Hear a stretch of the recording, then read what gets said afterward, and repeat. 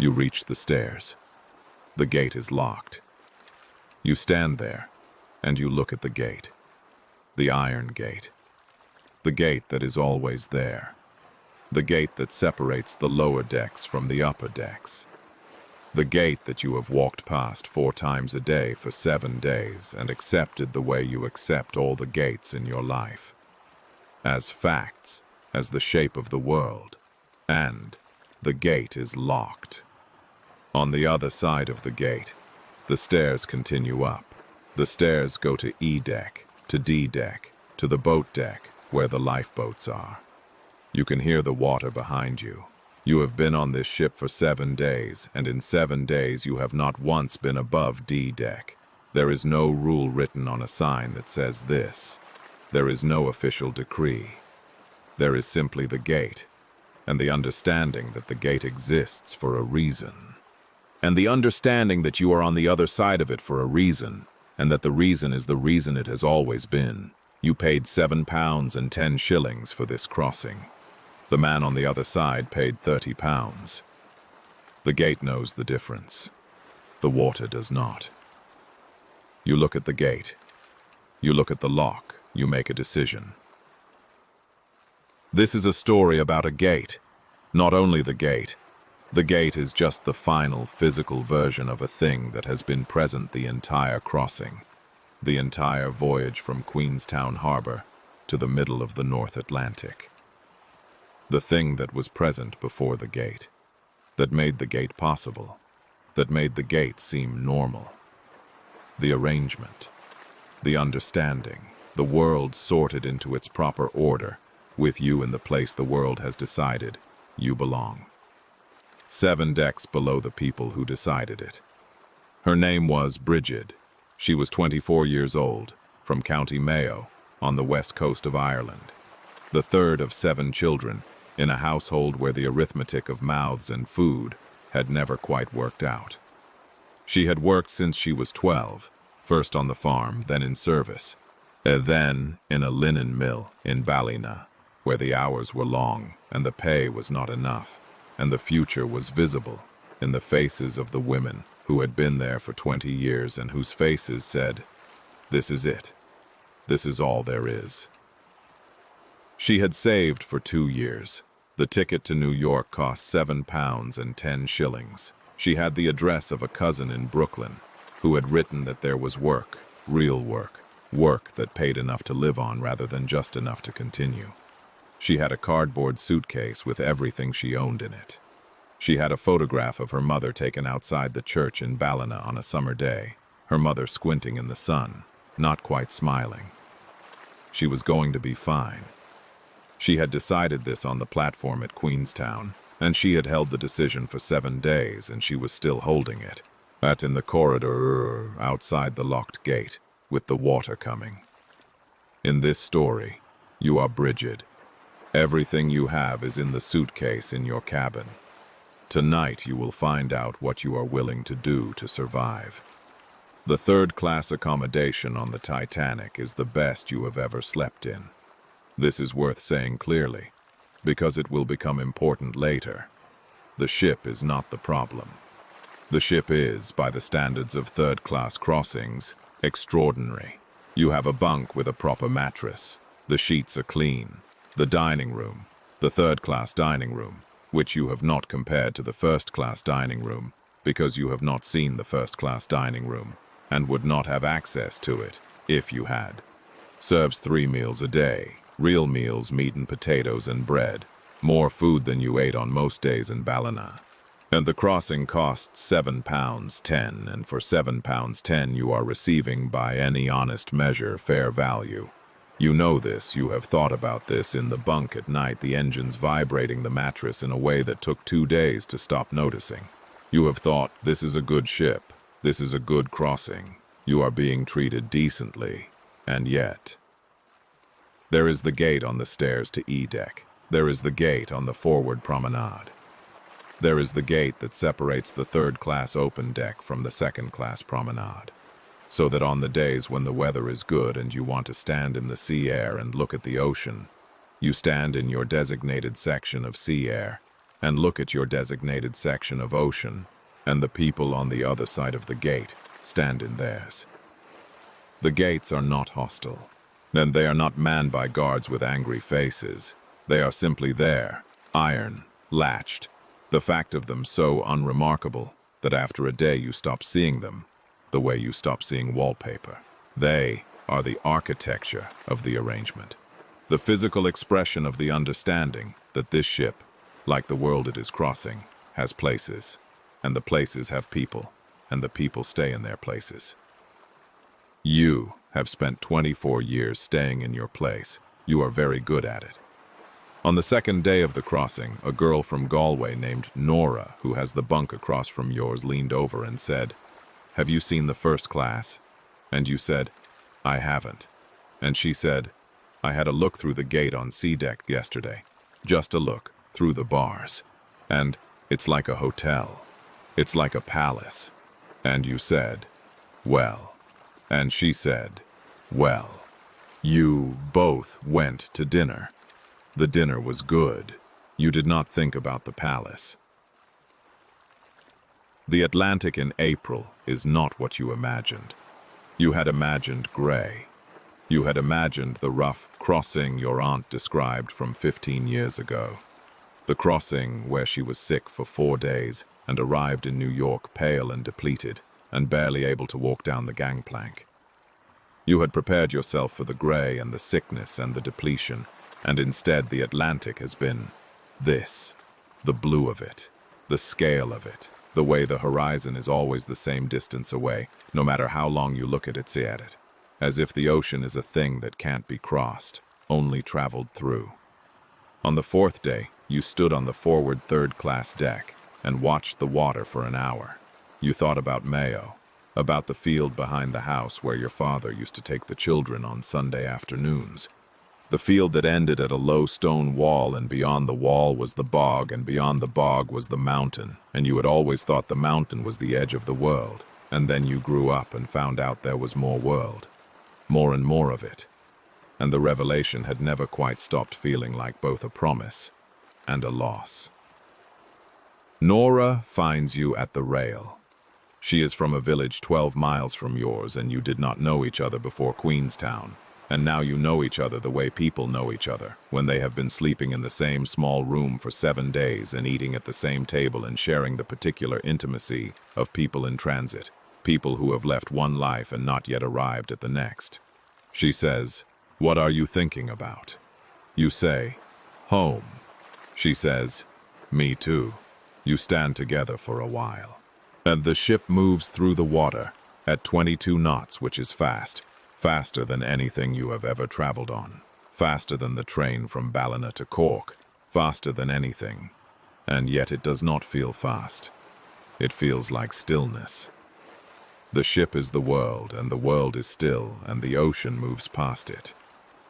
Nora says, "Do you think it'll be different?" America. You think about this. You say, "Yes."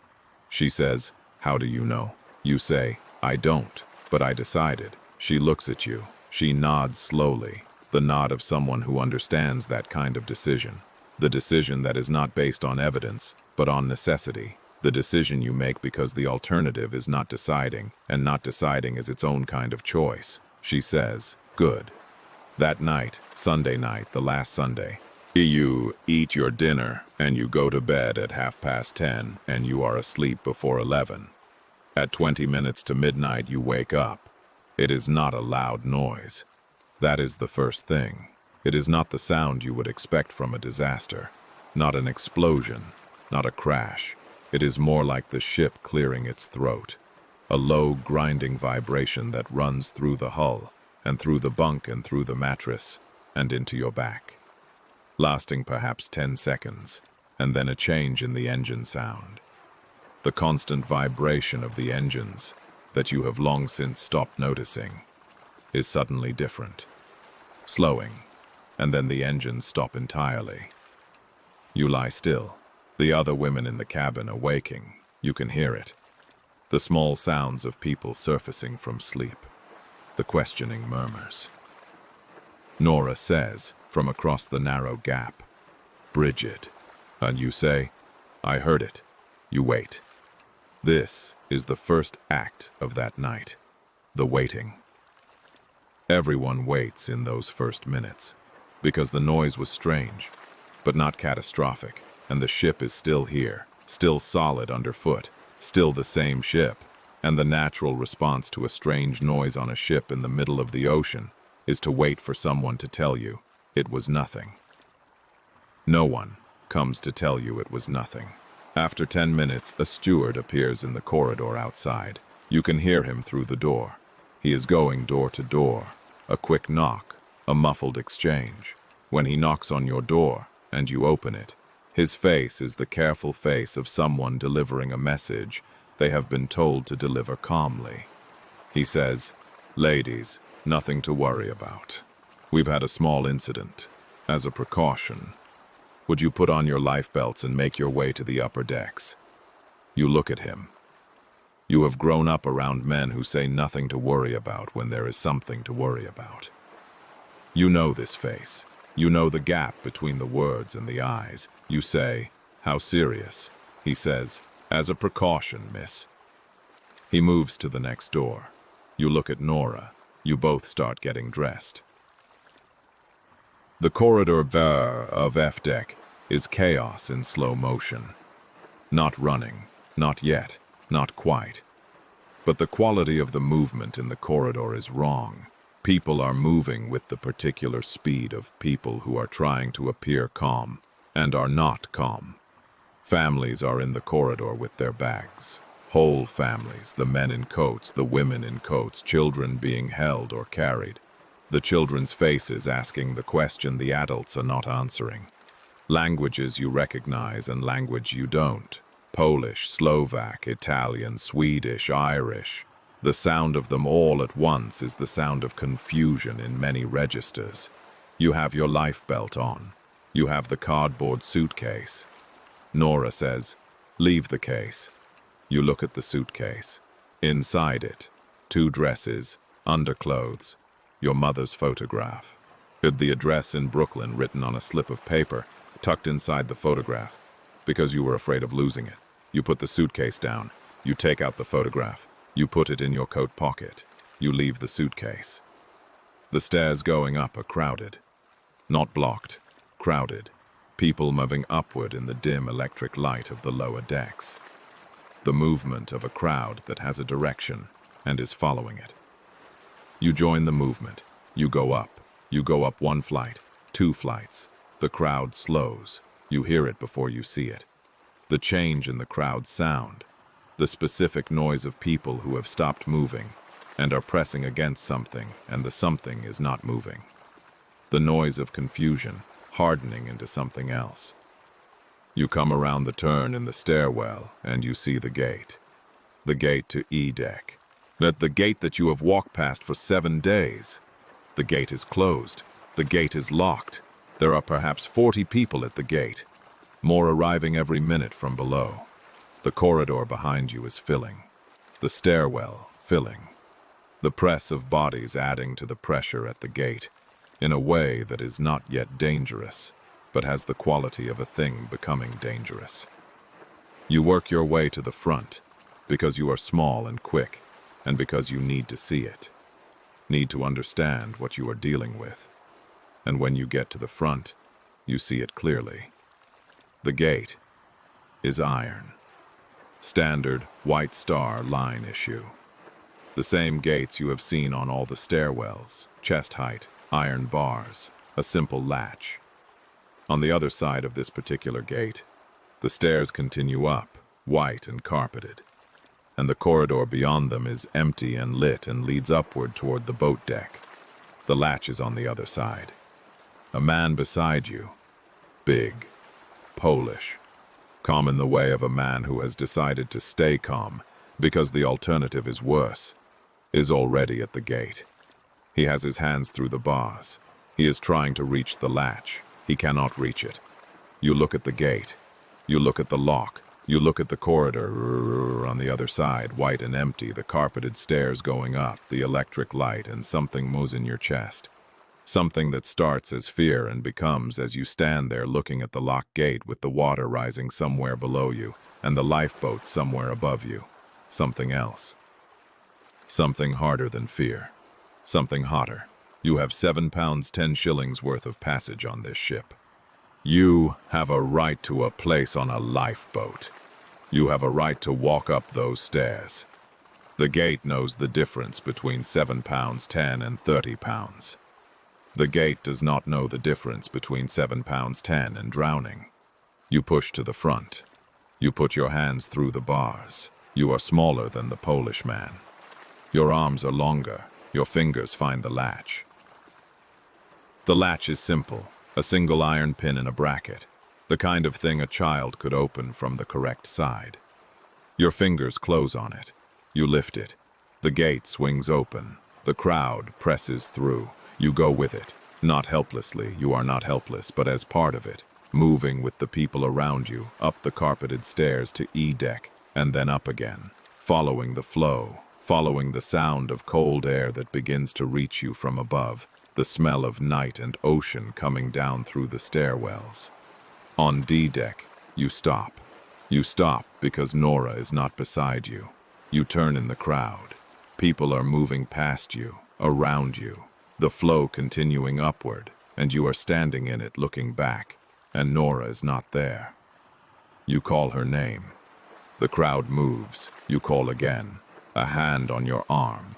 A woman you don't know, older. Swedish from the sound of her face urgent. She says something you don't understand. She points up. She is telling you to keep moving. You look down the stairs. You look up.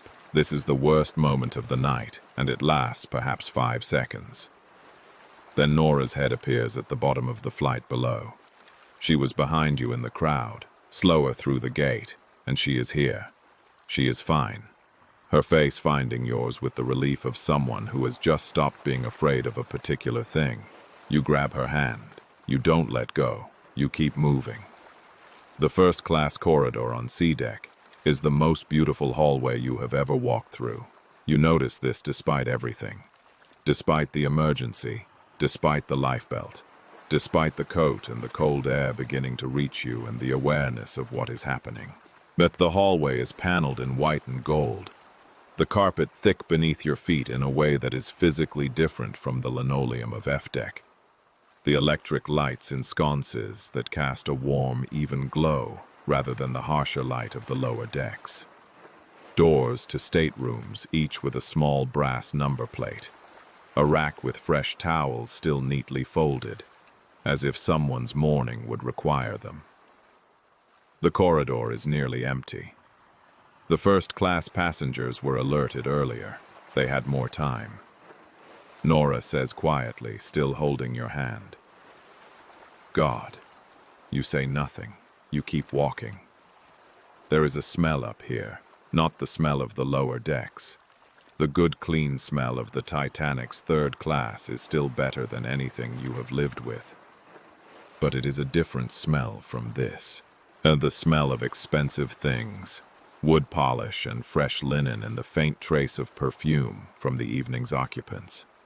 A smell that belongs to a version of life you have seen from the outside of gates and through the windows of houses where you worked in service and have never occupied. You are occupying it now, under these particular circumstances.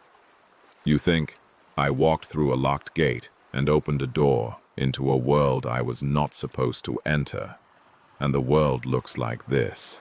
You think, it looks like a hotel. You think, Nora was right. And then the cold air hits you properly as you reach the door to the boat deck, and the thought about the hotel ends, and there is only the cold and the dark and the stars and the tilting deck and the boats. The boat deck of the Titanic at midnight is a particular kind of terrible. Not the screaming terrible of what comes later. The terrible of this moment is quieter and in some ways worse. The terrible of people who have been told a thing and are trying to understand it and cannot quite make it real. who are standing in the cold in their nightclothes and their lifebelts, looking at the boats and at the officers and at each other with the expressions of people who have been asked to accept a reality that their bodies are refusing. The boats are being loaded. You see this immediately. The davits, the ropes, the wooden boats swinging out over the side, the officers directing people toward them. You see also, immediately, and with the arithmetic of a woman who has spent 2 years counting pennies and shillings toward a £7.10 ticket, the number of boats and the number of people. You count. You stop counting. Nora says, "What do we do?" You say, "We find a boat." She says, "There are so many people." You say, "We find a boat." Come on. This is the other thing about that night. The thing that the accounts don't always say clearly. For the third-class passengers who made it to the boat deck, which was not all of them, which was not most of them, the boat deck was not an orderly queue. The boat deck was a surface covered in people in various states of knowledge and panic and resignation. Officers trying to maintain order. Boats going down half empty because the order was women and children, and the women and children of third class were not always at the front of the crowd when the boat was ready. You are at the front of a crowd. You have been pushing to the front of crowds all your life. It is the skill that 24 years of being on the wrong side of gates has given you. You use it. The officer at boat 14 is younger than you expected. Harold Lowe, you will learn his name later, much later, from the newspapers on the Carpathia, is 28 years old and is doing a job that no amount of training quite prepares a person to do, which is to put people into a wooden boat hanging over the side of a sinking ship in the dark, and then send them down to the water and turn around and do it again. But he is doing this with a speed and a firmness that contains, if you look at it carefully, something underneath. The concentrated effort of a man holding himself very still inside so that everything outside can function. You recognize this. You have done it yourself. Women and children, he says. Step forward. Women and children. You step forward. You pull Nora with you.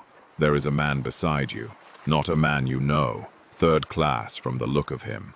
Young, perhaps 19. His face white with the cold or the fear or both.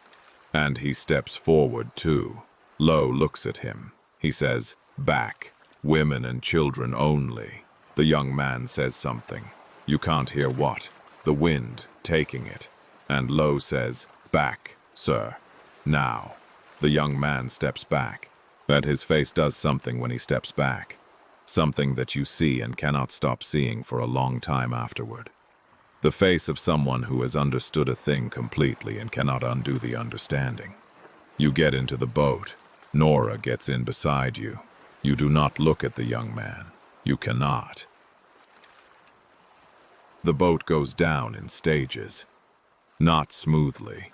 In the jerking, rope-handled descent of a wooden lifeboat, lowered by davits in the hands of men who are doing it quickly. The boat swinging slightly with each release of rope. The water coming up to meet you level by level. On one side of the boat, the Titanic's hull, close enough to touch. You can see the rivets, the black paint, the portholes going past. Some of them lit from inside, some dark. The portholes of the third-class cabins are at the waterline now. You watch them go past. You think, my suitcase is in one of those rooms. My mother's photograph is in my pocket. The address in Brooklyn is in the photograph. The water comes up. The boat touches it. The sound changes when you are on the water. And the creaking of the rope stops, and there is just the water and the sound of people in the boat, and above you, the ship.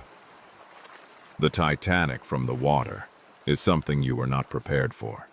The scale of it, lit up, all its lights still burning, the 4 funnels against the stars, enormous in a way that the word enormous does not address. You have been inside this thing for 7 days, and from inside it is a ship, and from outside from a wooden lifeboat on the North Atlantic at 1 in the morning it is something else. It is a city going into the sea. The man at the oars, a fireman, his face still black with coal dust, says, "Row. Ladies, help row. Get distance. You take an oar. You have rowed before, on the lake near Ballina, a long time ago, a Sunday afternoon with your brothers when you were 12 years old. And it is not a skill that has been useful since. It is useful now. You row. The ship gets no smaller. You row harder. You are perhaps 300 yards away when the lights go out. All of them. The whole ship. Dark. The shape of her still visible, enormous against the stars, the funnels, the hull. But the lights gone, and in the dark that follows there is a sound from the boat around you. A collective intake of breath. The sound of people understanding that something has ended. Then the sounds from the water. You will not describe them. You will never describe them. Not to the committee in Washington, not to the journalists on the Carpathia, not to the cousin in Brooklyn, not to your children in the years that come after. There are things that language cannot hold without breaking something in the person who hears it. And this is one of them, and you will carry it without breaking, because breaking is not something you can afford. Nora is beside you. Your shoulders are touching. You row. There is a woman in the bow of the boat who is saying a name, over and over, a man's name. She is not screaming it. She is saying it quietly, almost to herself. The repetition of it, a kind of anchor, something to hold on to, while the world around her reconfigures itself into a shape she has not consented to. You know that name. You know it, because it is not different from the name your mother would say. The name your mother is saying right now, in Ballina, in her sleep, the name that is yours, the name of the one who left. You put your hand on the woman's arm. She stops saying the name. She looks at you. You say nothing. You don't let go. The boat rocks on the water. The stars are extraordinary. The ship is gone. The Carpathia arrives at 4:10. You see her lights first. A ship on the horizon, impossibly welcome, moving toward you at full speed with rockets going up. Around you in the boat, people begin to make sounds that are not words. Sounds of relief so large they have no other form. You watch her come. Nora says, "We made it." You say, "Yes." She says, "Because of the gate. Because you opened the gate." You think about the gate, the iron latch, your fingers through the bars. You think about all the others who were still below when the gate opened. The families who were in corridors further aft, who didn't know which stairs, who didn't get there in time. The young man from the boat deck, whose face you cannot stop seeing. The ones who found gates that nobody opened. You think, "I opened one gate." You think, "There were so many gates." Now the Carpathia is close now. They are throwing rope ladders. People are climbing. You put your hand in your pocket. The photograph is there. Your mother's face, squinting in the summer sun outside the church in Ballina. You did not save the suitcase. You saved the photograph. You saved the address. You saved Nora's hand in yours. You climb the ladder. You do not look back. You decide, this is enough. You decide, I am going to be fine. You decided this at Queenstown Harbor.